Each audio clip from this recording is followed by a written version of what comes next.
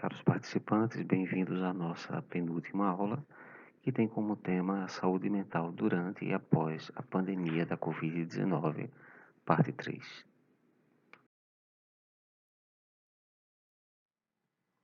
Trataremos agora do segundo diagnóstico, transtorno de estresse pós-traumático. Nota: os critérios a seguir aplicam-se a adultos, adolescentes e crianças acima de 6 anos de idade. Para crianças com menos de 6 anos, devem ser observados critérios correspondentes a seguir. Letra A: exposição a episódio concreto, ameaça de morte, lesão grave ou violência sexual em uma ou mais das seguintes formas.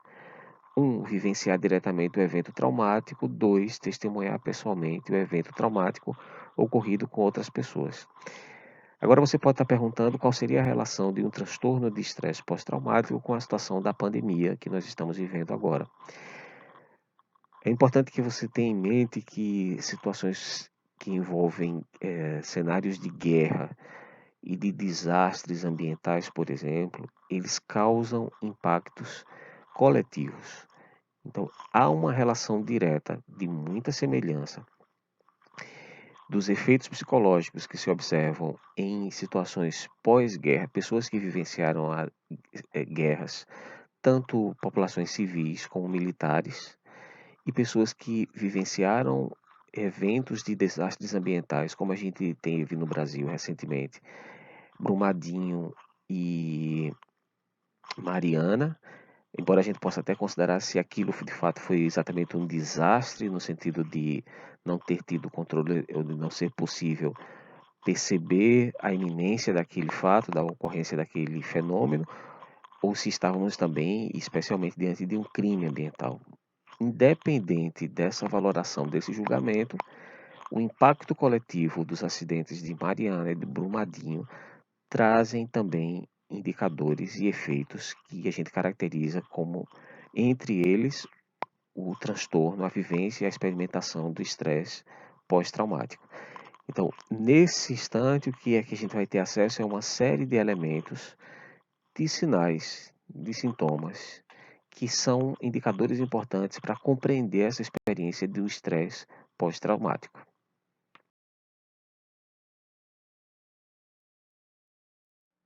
A ansiedade e o medo que estamos vivenciando hoje em dia, que todas as pessoas, pelo menos a maioria delas, ou um número significativo delas, vem vivenciando, diz respeito à possível ocorrência de um determinado fato, e que esse fato pode ser, por exemplo, a perda de um ente querido ou vivenciar o processo de adoecimento pela Covid-19. É importante que essas referências, a possibilidade de uma perda, a possibilidade de adoecer da Covid-19, traz impactos psicológicos significativos para nós. Então, nós vivemos na iminência de ocorrer esse fato, e nós sabemos que, se ele ocorrer, efeitos duradouros podem nos atingir. O item 3 diz o seguinte: saber que o evento traumático ocorreu com familiar ou amigo próximo. Nos casos de episódio concreto, ameaça de morte envolvendo um familiar ou amigo, é preciso que o evento tenha sido violento, tenha sido acidental. Então, nós imaginamos que há uma possibilidade de que isso aconteça com algumas pessoas. Essas pessoas podem não ser pessoas no sentido difuso, uma pessoa qualquer, mas pessoas ligadas a nós, que nós conhecemos.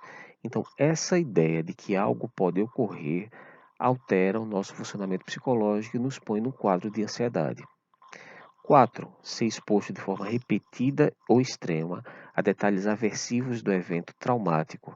Então, é possível que, se nós buscarmos de maneira constante e insistente relatos na internet que descrevam cenários de sofrimento, cenários reais que pessoas no Brasil, na nossa cidade, no mundo estejam passando, a gente tenha uma predisposição a experimentar as sensações emocionais que essas pessoas podem, certamente estão experimentando. Socorristas que recolhem restos de corpos humanos, policiais repetidamente expostos a detalhes de abuso infantil, por exemplo, eles se tornam vulneráveis nesse cenário. É interessante que esse transtorno do estresse pós-traumático, também conhecido como TEPT, TEPT, tende a ser um diagnóstico atribuído com muita frequência a profissionais de saúde e certamente nós teremos muitos profissionais de saúde acometidos pelo transtorno de estresse pós-traumático durante a pandemia e pós-pandemia. Nota: o critério A4 não se aplica à exposição por meio de mídia eletrônica, televisão, filmes ou fotografias, ao menos que tal exposição esteja relacionada ao trabalho. Então é interessante que, embora essa observação da exposição ao fenômeno, ao relato, seja possível, é necessário que a gente tenha uma vinculação muito forte com este evento, este relato, esta narrativa.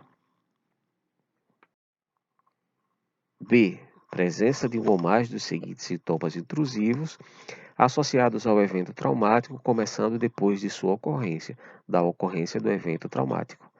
Primeiro, item 1. Lembranças intrusivas angustiantes, recorrentes e involuntárias do evento traumático. Então, eu recupero certas memórias, elas são angustiantes, elas se repetem e eu tenho a sensação que não sou capaz de controlar sua emergência, de controlar sua ocorrência. 2. Sonhos angustiantes recorrentes nos quais o conteúdo e ou o sentimento do sonho estão relacionados ao evento traumático. 3. Reações dissociativas, por exemplo, flashbacks, nas quais o indivíduo sente ou age como se o evento traumático estivesse ocorrendo novamente. Essas reações podem ocorrer em um contínuo, com a expressão mais extrema, na forma de uma perda completa de percepção do ambiente ao redor. Parece que a gente se desliga numa situação, num determinado instante, e nós começamos a rememorar aquele fato ocorrido, traumático, e as pessoas ao nosso redor têm a sensação muito clara de que nós não estamos entre eles, estamos desligados. 4. Sofrimento psicológico intenso ou prolongado ante a exposição a sinais internos ou externos que simbolizem ou se assemelhem a algum aspecto do evento traumático. Então, eu tenho uma atenção muito acentuada, muito ligada, uma percepção muito conectada a determinados sinais internos da minha própria memória, da minha própria consciência ou externos que podem fazer rememorar de maneira prolongada o sofrimento que tem uma relação direta com o evento ocorrido anteriormente. Então, eu recupero na minha memória, recupero na minha consciência uma determinada informação, ou eu olho para o meu ambiente externo e produzo uma relação que me faz recuperar aquela sensação ruim, aquela sensação negativa e eu a vivencio naquele instante. 5. Reações fisiológicas intensas a sinais internos ou externos que simbolizem ou se assemelhem a algum aspecto do evento traumático. Então é importante lembrar que o que a gente chama de saúde mental tem relação direta e não há nenhuma separação com a nossa experiência corporal. São reações fisiológicas intensas a sinais internos ou externos que, portanto, vão traduzir numa experiência biológica, numa experiência corporal.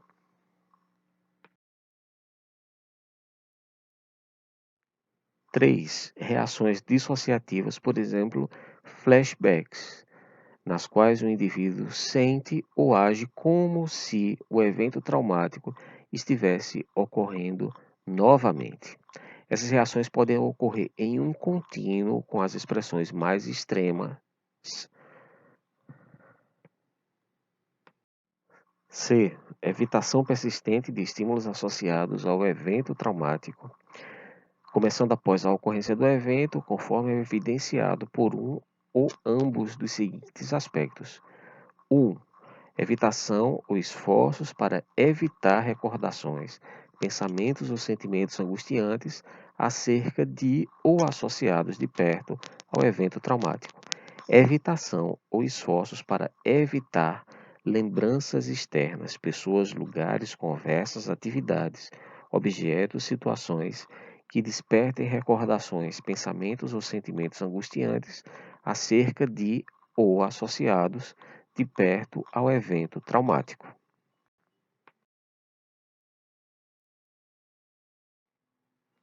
D. Alterações negativas em cognições e no humor, associadas ao evento traumático, começando ou piorando depois da ocorrência de tal evento, conforme evidenciado por dois ou mais dos seguintes aspectos: incapacidade de recordar algum aspecto importante do evento traumático, geralmente devido a uma amnésia, uma perda de memória dissociativa, e não a outros fatores como um traumatismo craniano, o uso de álcool ou o uso de outras drogas. 2. Uma crença ou crenças ou expectativas negativas, persistentes e exageradas a respeito de si mesmo, dos outros e do mundo. Por exemplo, eu sou mau, não se deve confiar em ninguém, o mundo é perigoso, todo o meu sistema nervoso está arruinado para sempre. É interessante que você considere, ao assistir essa aula e ao rever essa aula e o conteúdo das aulas anteriores, que observar comportamentos humanos e compreender a expressão do comportamento humano como reação a eventos sociais, ela exige de nós uma série de cuidados. Então, interpretações, elas não ocorrem ao acaso, elas devem ter critérios. O objetivo da aula de hoje foi oferecer minimamente 2 quadros clínicos e apresentá-los com estratégias possíveis diagnósticas para compreender funcionamento psicológico ante eventos que nos deixam muito vulneráveis, que nos deixam fragilizados. Então, identificar possíveis quadros de depressão, possíveis quadros de estresse pós-traumático, exige de nós clareza diagnóstica, exige de nós cuidado ético para compreender as pessoas que sofrem. Então, entender o nosso comportamento, entender o comportamento das outras pessoas, exige que a gente perceba a magnitude e intensidade dos sinais que nós apresentamos e que as outras pessoas podem apresentar quando em sofrimento psicossocial.